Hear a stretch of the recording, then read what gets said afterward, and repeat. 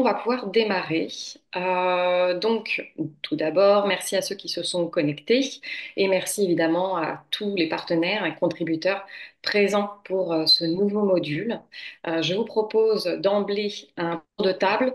Donc, je vais dire à chacun le prénom. Vous vous présentez votre institution. Vous pouvez aussi parler un petit peu de votre poste afin que chacun puisse mieux vous connaître. Et ensuite, on démarrera évidemment sur ce module de santé et environnement.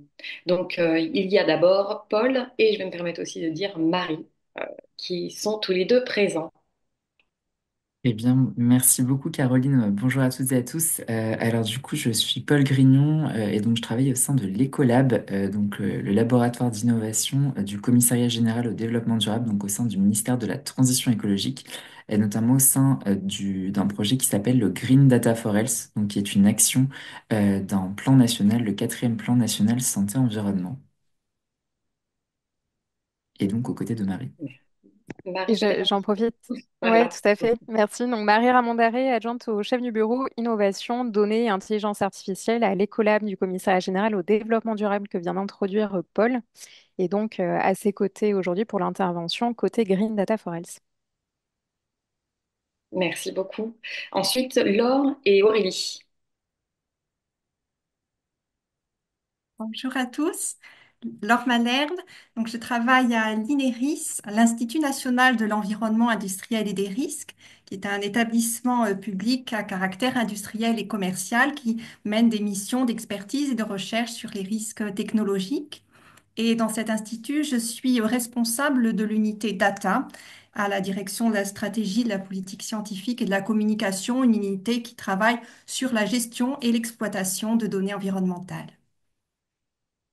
Bonjour, moi je suis Aurélie Prévost, donc je travaille aussi à l'INERIS et moi je suis responsable de l'ouverture à la société, c'est-à-dire que je m'occupe en fait de toutes les relations, de toutes les interactions de l'établissement entre la société civile et les chercheurs à l'intérieur de l'INERIS. Merci beaucoup. Morgane. Bonjour à tous, Morgane Stemfeli, donc je travaille à Santé publique France, qui est donc l'agence nationale de santé publique, qui a des missions de veille et d'alerte en santé et des missions également de promotion de la santé. Et je travaille dans une direction qui s'appelle Direction Santé Environnement Travail, où j'explore les différentes données environnementales à mettre en lien avec nos études épidémiologiques. Merci beaucoup. Alors là, vous avez la composition de ceux qui vont pouvoir parler, vous exposer donc le module, mais il y a d'autres personnes et qui seront aussi présents pour répondre à vos questions que vous poser en fait d'ores et déjà dans le chat et on y répondra d'ici globalement une demi-heure. Ça peut être aussi en asynchrone et donc en temps réel, ça vous le verrez. Donc on peut commencer par Gabriella. Oui, bonjour à toutes et à tous. Gabriella Martin, donc je suis directrice de l'association Open Data France, régie par le droit commun, donc association de loi 1901 française, qui fédère et qui accompagne les acteurs publics territoriaux, donc les collectivités territoriales, élus et agents en leur sein, pour développer en commun l'accès aux données et leur valorisation au service de intérêt général. C'est notre grande mission. Et donc, c'est en soutenant les collectivités, en renforçant la valorisation des données et en développant une certaine culture de réappropriation des données, de sorte à ce qu'elles puissent être réutilisées. En gros, ce qui sous-tend nos activités, nos actions. Merci. Merci beaucoup. Grégoire. Bonjour, donc je suis Grégoire Reto, je suis chef de l'unité données et appui méthodologique à l'OFB, donc l'Office français de la biodiversité. Donc c'est un opérateur également du ministère de la Transition écologique et du ministère de l'Agriculture qui a parmi ses nombreuses missions l'animation et la coordination technique des trois grands systèmes d'information environnementaux, donc sur l'eau et les milieux aquatiques, le milieu marin et la biodiversité. Merci beaucoup. Arthur.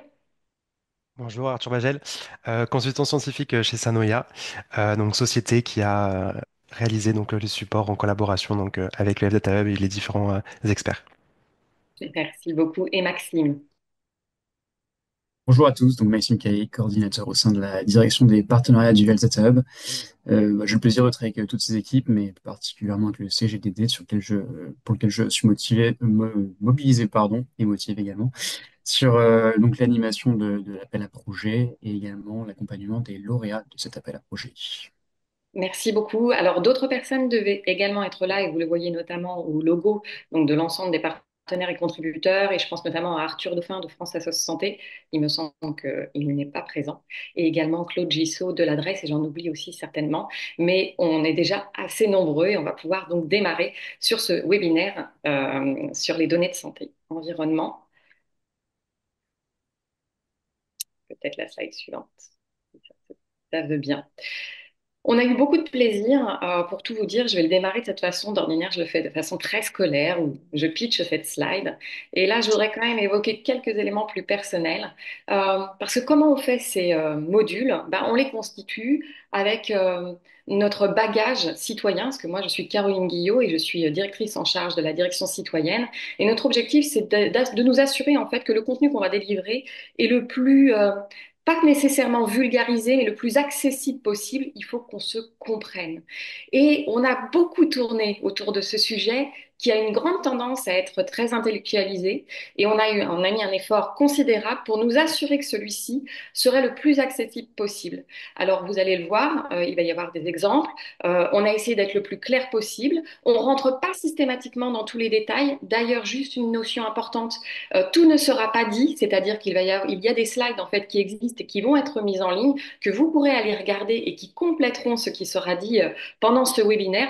Là, pour le webinaire, on a voulu être un petit peu plus succinct, mais en tout cas, on s'est donné voilà l'ambition de se dire comment est-ce qu'une personne qui va nous suivre pourra ressortir et expliquer elle-même avec ses propres termes qu'est-ce que les données de santé environnement. Et c'était vraiment notre principale ambition. Il n'y a pas d'autre message dans le cadre de ce module-ci. Et donc, je vais laisser la parole. Il me semble que c'est Paul qui démarre. Merci beaucoup, Caroline, pour cette petite introduction. Alors, effectivement, comme le rappelait Caroline, avant de parler données, encore faut-il comprendre pourquoi on les mobilise, hein. C'est pour répondre aussi à des questions qu'on se pose tous, les données pour nous donner des informations et faire émerger des connaissances. Donc, tout d'abord, peut-être restituer le cadre. Qu'est-ce qui finalement impacte notre santé? Pour vous montrer qu'il y a en fait des facteurs qui sont parfois biologiques, parfois génétiques, parfois relatifs à l'environnement physique. Et donc, on vous propose de prendre le cas de Martine. Donc, Martine qui a 45 ans, qui est architecte d'intérieur et qui est donc de beaux espaces fonctionnels pour ses clients. Et depuis quelques temps, Martine ne se sent pas très très bien. Donc, elle est allée chez son médecin et donc son médecin lui a posé différentes questions. Donc, des questions assez générales. Tout d'abord, sur les manifestations hein, de ce qu'elle ressentait puis sur les symptômes. Et puis donc Martine indique qu'effectivement elle se sent fatiguée, qu'elle a des problèmes de motivation. Et en creusant sur les symptômes, elle commence à dire qu'elle a la gorge qui l'irrite, qu'elle commence à tousser.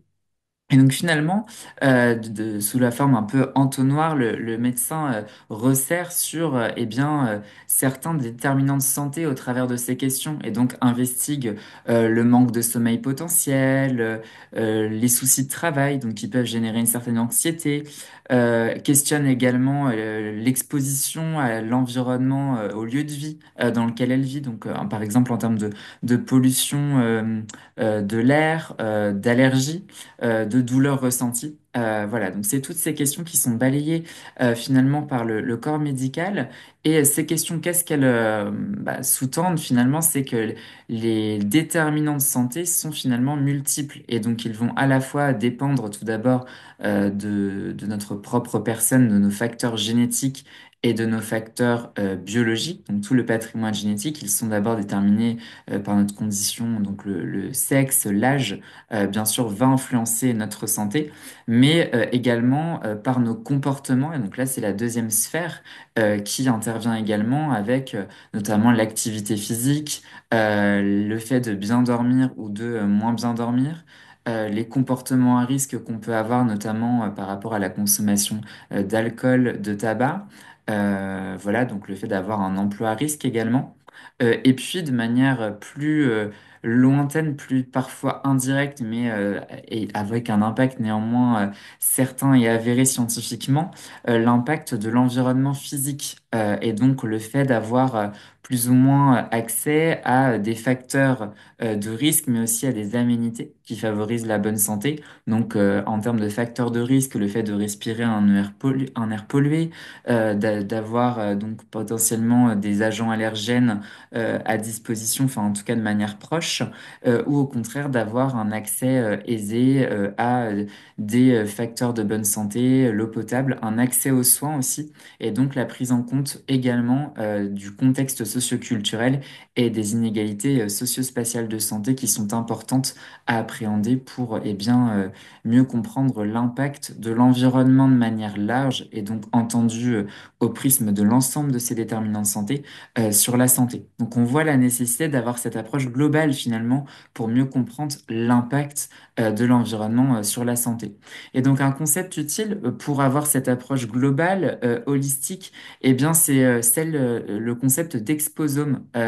Sous forme imagée, on peut parler de puzzle de notre santé, puisque la notion d'exposome permet de bien rappeler l'ensemble des expositions environnementales auxquelles nous sommes soumis et donc composé des éléments qu'on mentionnait juste avant, la génétique, la pollution de l'air, les produits chimiques, les facteurs sociaux, les comportements et donc les modes de vie. Et donc tous ces déterminants de santé qui peuvent avoir des effets cumulatifs et parfois interagir et donc produire des interactions parfois positives, parfois négatives, qui in fine impactent notre santé. Et donc ce concept d'exposome, il a le mérite de montrer que finalement l'impact, il est complexe, donc souvent les expositions sont multiples, parfois les effets sont indirects et donc il y a la nécessité de bien étudier les interactions entre effets et donc les scientifiques vont mobiliser ce concept d'exposome pour analyser finement le lien entre exposition environnementale au sens large et santé, donc en prenant le prisme de la personne et de son propre exposome. Au-delà de la santé humaine, quelque chose qui est aussi important à mentionner, c'est le lien entre santé humaine et santé des animaux, des végétaux et des écosystèmes au sens large, puisque la santé de Martine et donc la santé des humains peut impacter la santé des animaux, des végétaux et l'influencer en retour. Donc un exemple assez parlant, c'est celui de l'exposition au plastique et donc de la pollution des océans avec les déchets plastiques, où finalement, Martine, en jetant un déchet plastique dans les océans, va impacter la santé des animaux, donc qui vont potentiellement, en ingérant le plastique, avoir des blessures internes, être victime de suffocation ou parfois mourir de cela. Et l'eau va être également polluée par la décomposition du plastique et des particules. Et donc cela, en retour, va contaminer la chaîne alimentaire marine et donc on va, en remontant, impacter in fine la santé humaine par l'ingestion de plastique. Et donc toute la chaîne alimentaire et l'environnement sont in fine impactés. Donc on a ces boucles d'interaction qui sont importants aussi à prendre en compte puisque ça a un impact aussi sur la santé humaine à terme de par l'environnement. Et donc c'est grâce au concept One Health et à l'approche une seule santé en français qu'on parvient à appréhender ces effets systémiques et ces boucles de rétroaction. Et donc à présent, on va pouvoir entrer plus spécifiquement dans le sujet de l'impact sur la santé de l'environnement. Et donc pour entrer plus spécifiquement sur le cas qui nous intéresse aujourd'hui, celui des allergies au pollen, je vais laisser la main à Laure. Merci Paul. Nous allons revenir à la situation de Martine, qui depuis quelque temps a la gorge irritée, les yeux qui piquent, elle éternue et son médecin qu'elle va consulter pense qu'il s'agit de son allergie au pollen. Donc, pour confirmer ce diagnostic, le médecin de Martine consulte sur le site internet du Réseau national de surveillance aérobiologique la carte des pollens.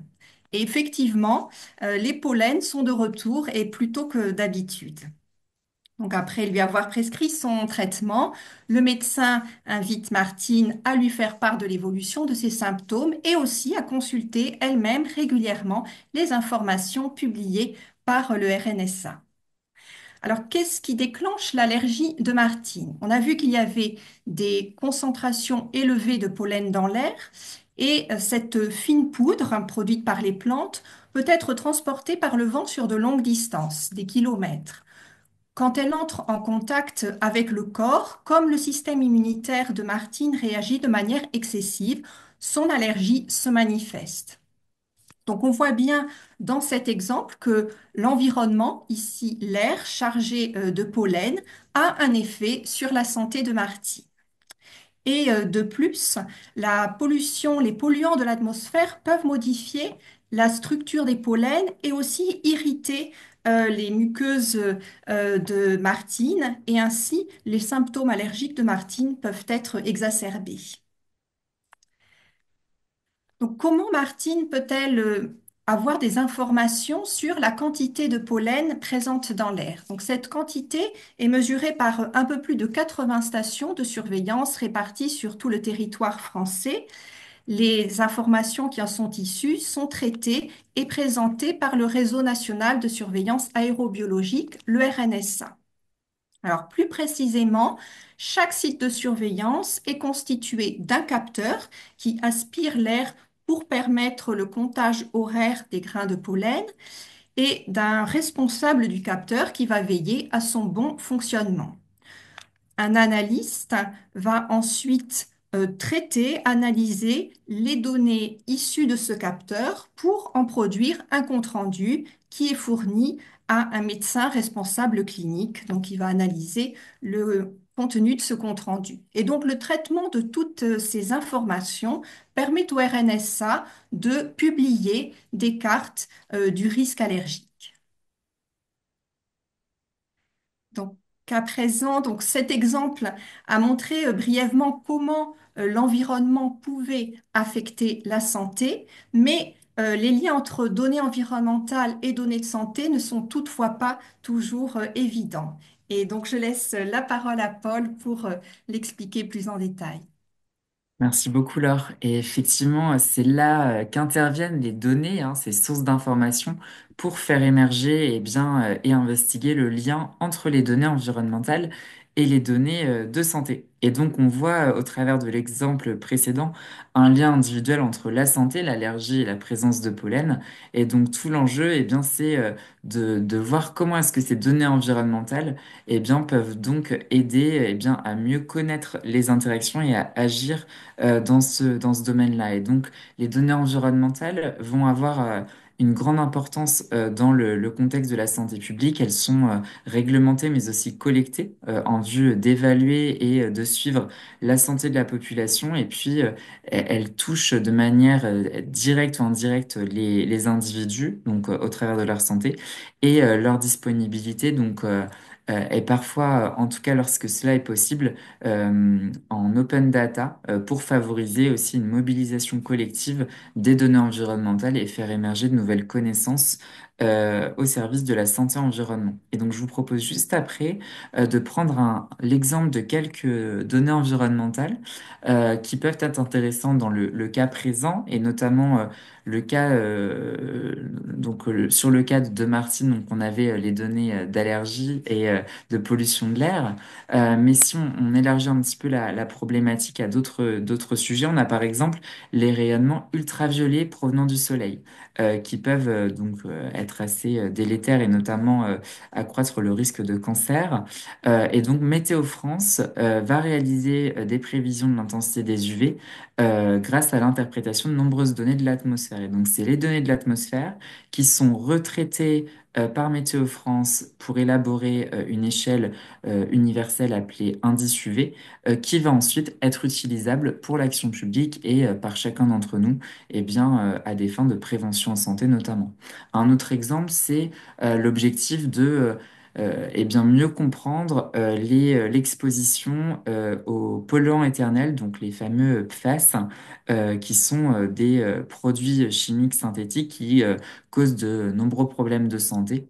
Donc parmi eux, eh bien on peut noter les troubles de l'immunité chez les enfants, des troubles hépatiques.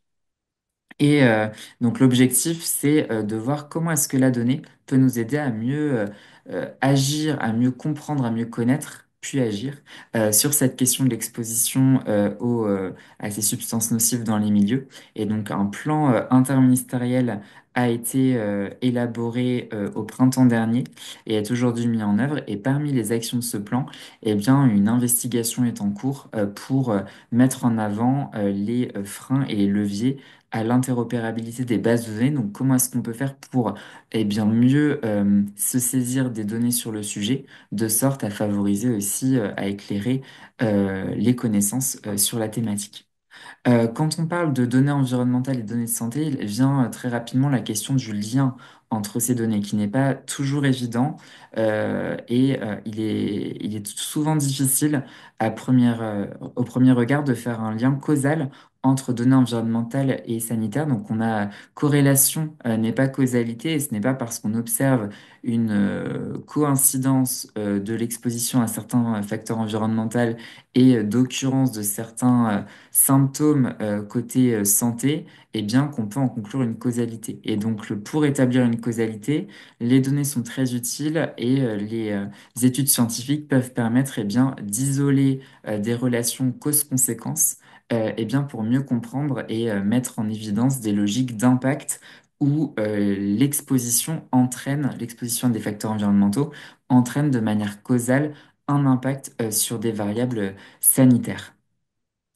Et donc, ce qui est important, c'est vraiment de prendre la multiplicité des déterminants de santé et notamment des données environnementales en compte, comme nous le rappelions en introduction, puisque les données environnementales, finalement, elles sous-tendent des choses assez larges. On a tout d'abord des données environnementales par nature et liées aux ressources naturelles, donc à l'air, à l'atmosphère, au sol, etc. Mais aussi des données environnementales qui vont plutôt être liées à l'homme, donc par exemple des nuisances sonores, des émissions de déchets, etc., ou des émissions issues d'activités industrielles. Et donc c'est en prenant en compte la multiplicité de ces données environnementales qui sont donc pour certaines disponibles, qu'on va pouvoir s'inscrire dans cette logique de l'exposome, dans cette pluricité des déterminants de santé que l'on mentionnait jusqu'alors, et bien pour montrer comment est-ce que l'environnement impacte la santé. Et donc, il est vraiment nécessaire, du coup, de mobiliser à la fois les données qui sont déjà disponibles, parfois de collecter des données environnementales de façon compatible avec les finalités visées par la recherche ou par le projet d'action publique, et donc de tenir compte de l'ensemble de ces facteurs. Et donc, pour poursuivre, je laisse la parole à Aurélie qui va nous parler des difficultés à croiser données environnementales et de santé. Merci Paul. Alors pourquoi il est difficile de croiser les données de santé et les données environnementales? Ben, d'abord parce que la santé est complexe, comme Paul l'a très bien expliqué tout à l'heure. Elle est influencée par de nombreux facteurs et l'environnement n'est qu'un facteur parmi d'autres qui peut avoir un effet négatif comme positif d'ailleurs sur notre santé. Le deuxième élément qui explique aussi pourquoi il est difficile de croiser les données de santé et les données environnementales, c'est le temps, la temporalité. Parce que les effets par exemple, d'une substance chimique qui est présente sur l'environnement, les effets sur la santé, peuvent apparaître très longtemps après le moment où on a été en contact avec cette substance. Si on prend par exemple le cas de l'amiante, l'amiante, c'est une substance chimique qui peut provoquer un cancer du système respiratoire qui s'appelle le mésothéliome. Et ce cancer peut se développer des années après le moment où on a été exposé, soit à son travail, soit dans son quotidien, à des fibres d'amiante. Donc, ce qu'il faut avoir en tête quand on veut croiser des données de santé et des données environnementales, c'est qu'on ne peut pas toujours les croiser directement et on peut souvent, d'ailleurs, pas souvent d'ailleurs, les croiser directement. Et donc, il faut bien analyser les données environnementales qu'on a en main et pour pouvoir être conscient des précautions avec lesquelles il faut les manipuler quand on veut les croiser avec des données de santé. Et donc, premier élément qu'il faut regarder quand on veut croiser des données environnementales et des données de santé, c'est le fait que les données environnementales sont produites par une multiplicité d'acteurs qui collectent des données parfois sur un même sujet. Si on veut prendre l'exemple du bruit, le bruit dans une ville, il peut être mesuré par les services municipaux parce qu'il y a une politique de la ville qui essaie de réduire au maximum ce type de nuisance. Le bruit peut être mesuré par des associations citoyennes ou des associations environnementales parce que dans un quartier, il y a une problématique de bruit et qu'il y a des riverains qui se sont plaints. Le bruit peut être mesuré par des acteurs économiques, par exemple des industriels, parce qu'ils ont des obligations réglementaires à mesurer le bruit pour vérifier que leur activité ne génère pas trop de nuisances pour l'entourage. Donc, on voit bien qu'avec cette multiplicité d'acteurs qui collectent des données environnementales, d'abord, il faut savoir où on peut trouver ces données, et puis on va être confronté au fait que ces données vont avoir des formats différents, des conditions d'accès différentes, des historiques différents, parce que chaque acteur aura produit les données de la façon dont il a besoin. Donc, c'est le premier élément, c'est donc qui produit la donnée. La deuxième chose qu'il faut regarder quand on veut croiser données environnementales et données de santé, c'est pourquoi les données ont été produites. Parce que la collecte de données environnementales, en général, on l'a fait avec des objectifs très spécifiques qui ne sont pas forcément compatibles avec le fait de les croiser avec des données de santé par la suite. Par exemple, si on prend les données de qualité de l'eau, quand on veut s'assurer que l'eau est potable, ben, on prélève de l'eau à certains points du réseau de distribution et on vérifie qu'elle est propre à la consommation, c'est-à-dire qu'elle correspond à des normes.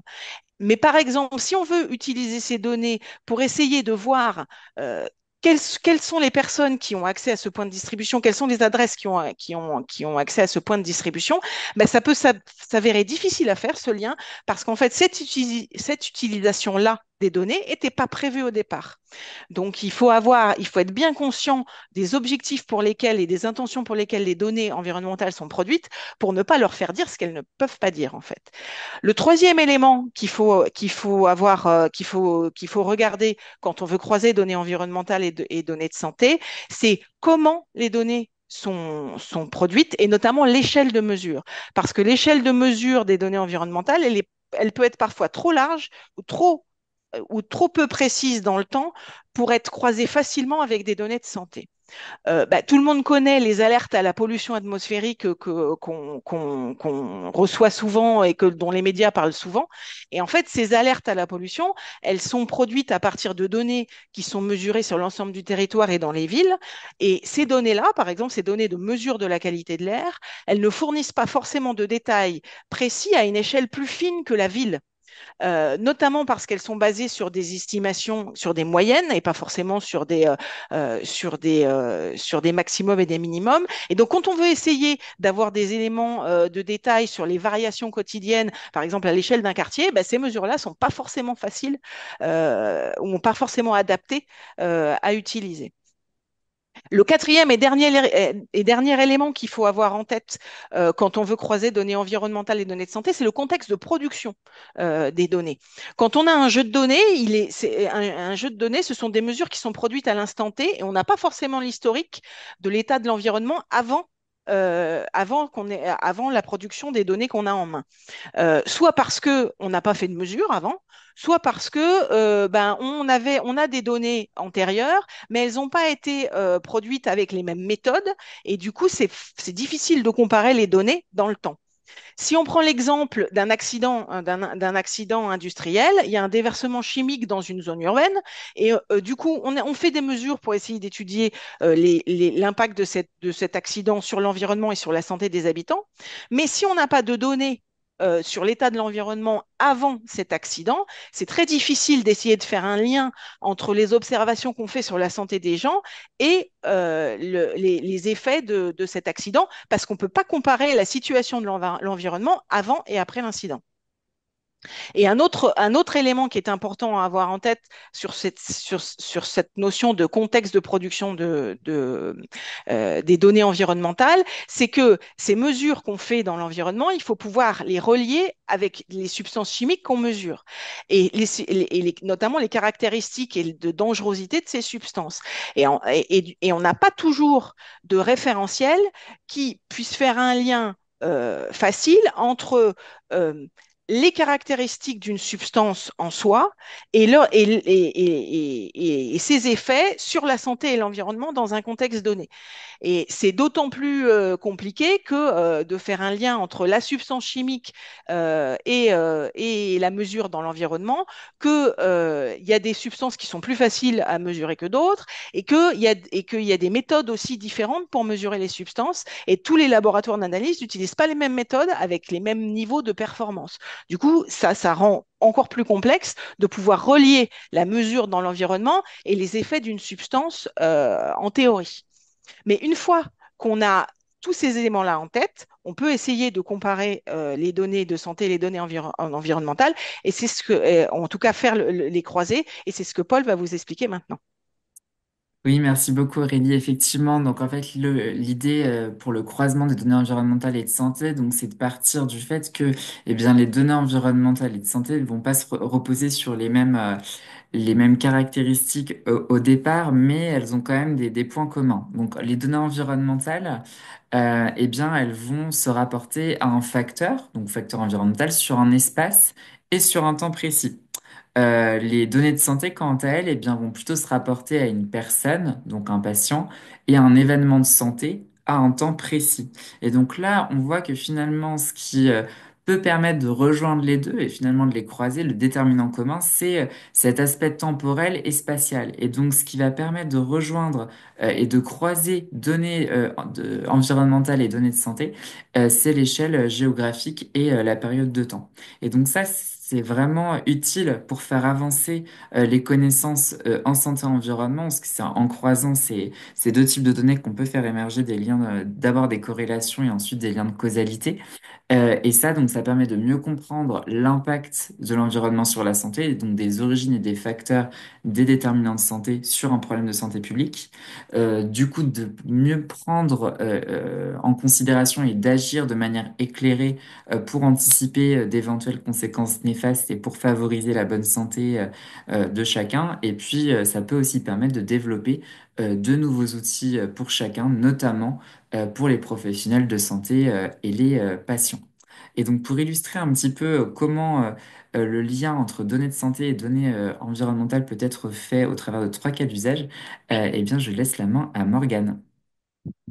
Merci Paul. Voilà, du coup, force de tous ces éléments développés auparavant là, sur les données de santé et les données environnementales, c'est vrai qu'on peut prendre un premier cas d'usage qui serait euh, qui serait opportun pour justement éclairer ces questions d'anticipation d'éventuelles conséquences néfastes. Donc, imaginons voilà, que des chercheurs ou des équipes d'agences de santé publique veuillent répondre à une question qui serait est-ce qu'il existe une corrélation entre la proximité des grands bassins industriels et l'état de santé des populations riveraines? Eh bien, ces chercheurs s'y prendraient de la façon suivante.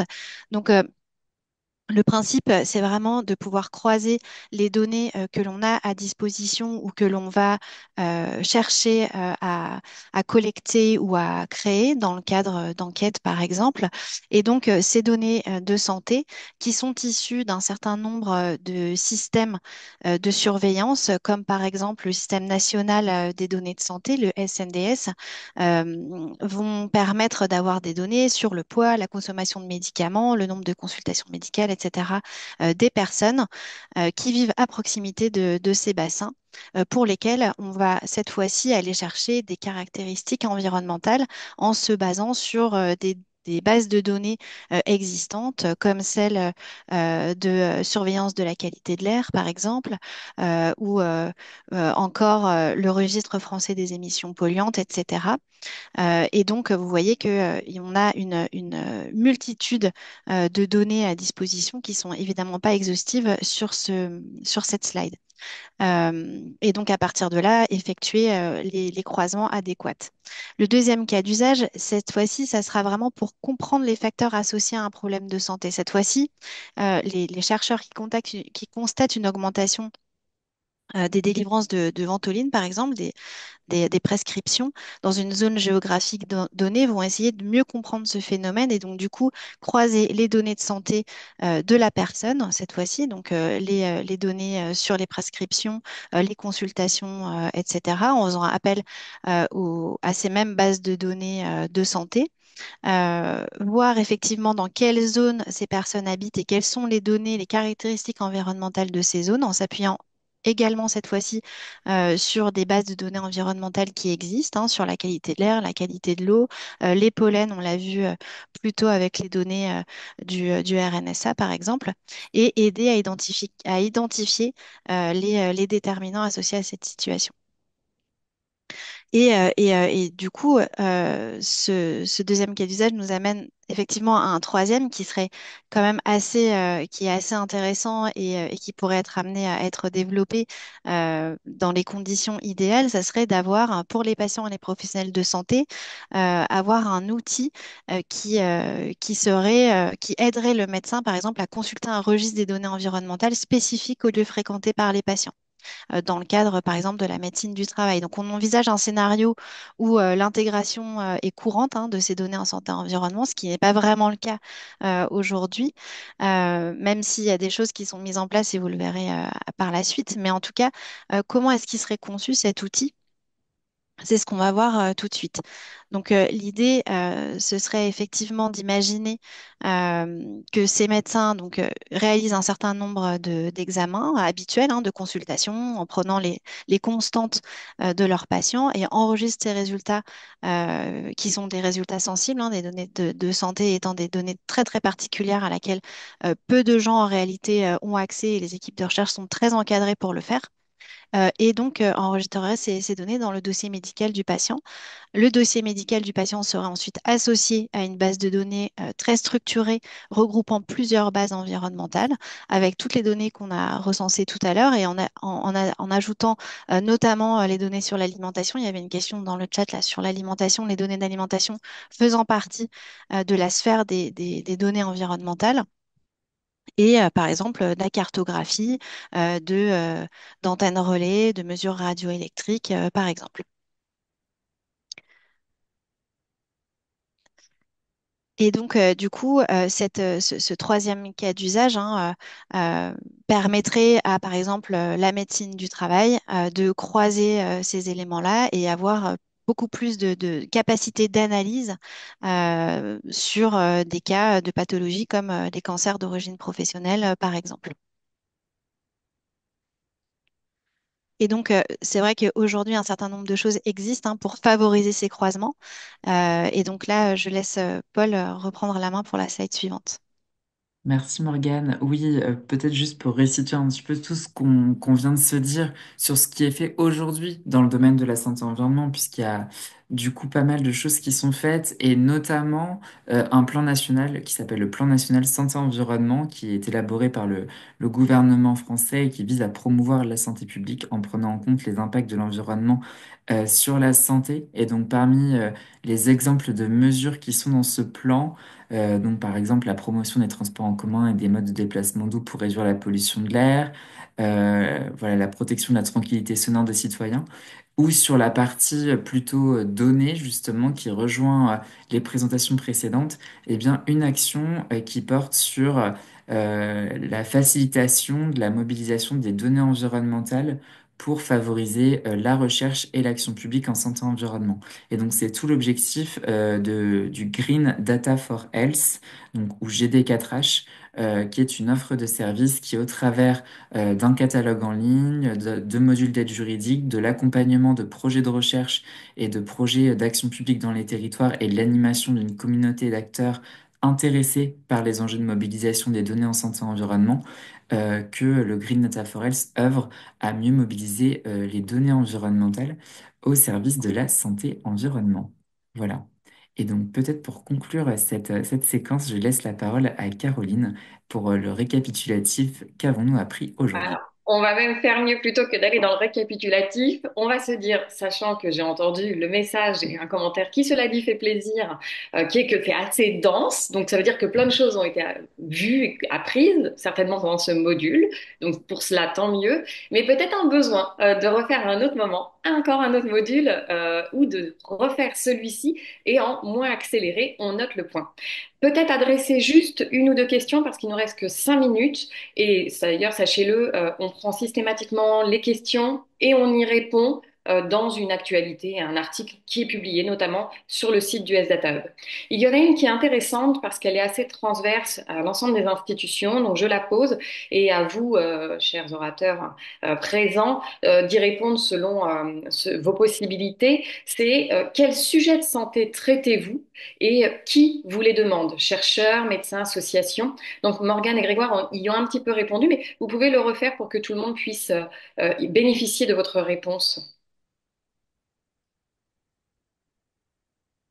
Oui, Peut-être. alors, ouais, moi, j'ai répondu, oui, c'est vrai, de façon, enfin, pas de façon exhaustive, hein, les sujets sont assez vastes, mais dans la direction santé, environnement, travail, par exemple, on s'intéresse à l'entrée exposition, donc aux substances chimiques, aux pesticides, etc.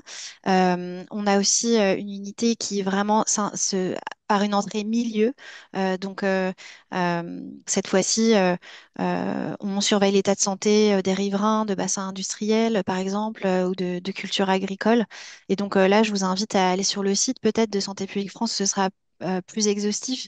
Et pour la question de la saisie, qui est-ce qui nous demande ces études-là? C'est notamment le ministère de la Santé qui remonte ces besoins aussi des régions et des problématiques plus locales, mais on peut aussi s'auto-saisir à Santé publique France quand on voit un sujet émerger, etc. C'est déjà arrivé. Merci. Peut-être Aurélie pour compléter. Oui. Et alors nous, on travaille un plus en amont que Santé publique France, en fait, et c'est souvent, on travaille souvent du coup en collaboration parce que eux, ils sont plutôt effectivement sur l'exposition et puis sur et puis sur les effets vraiment sur la santé. Nous, à l'INERIS, notre donneur d'ordre, c'est le ministère en charge de l'environnement, et notre compétence, c'est de bien connaître les propriétés des substances chimiques, notamment les propriétés toxiques et écotoxiques des substances. Donc, du coup, on a à la fois cette casquette-là et à la fois la casquette bien connaître comment un polluant il se comporte dans un milieu, dans l'air, dans l'eau, dans le sol. Une fois que le polluant il est libéré dans le milieu, ben, comment il va passer de l'air au sol à l'eau. Et donc, tout ça nous a amené à travailler aussi sur comment les gens sont exposés dans leur environnement quotidien à ces substances chimiques et du coup, quels pourraient être les risques pour la santé a priori. Mais on travaille, nous, en revanche, contrairement à Santé publique France, pas sur les aspects pathologie et effets, et effets sur la santé. Sachant que nous, notre spécialité, c'est plutôt les substances chimiques et que quand on veut parler, par exemple, de la radioactivité, ce sont des organismes différents parce que c'est vraiment très spécifique, les agents physiques. Ce sont des organismes spécifiques qui sont dans la filière nucléaire, qui travaillent sur ces questions-là. Nous, on travaille vraiment que sur les substances chimiques et les champs électromagnétiques. Tout à fait. Merci. Et peut-être Grégoire aussi pour compléter, parce que notamment tu fournissais un Ouais, exemple. alors, bon, il y a beaucoup de données biodiversité qui sont, euh, enfin, qui sont en commun avec la thématique santé-environnement. Donc, les exemples qui ont été donnés dans la présentation aujourd'hui, c'était le pollen, par exemple, mais il y a aussi la qualité de l'eau, l'eau des rivières, l'eau des sous-sols, qui à terme est prélevée pour tous les usages qu'on connaît, notamment pour l'eau potable. Et là, dans le petit chat, je donnais l'autre exemple des données du réseau SAGIR, qui est en fait le réseau de surveillance de la santé faune sauvage.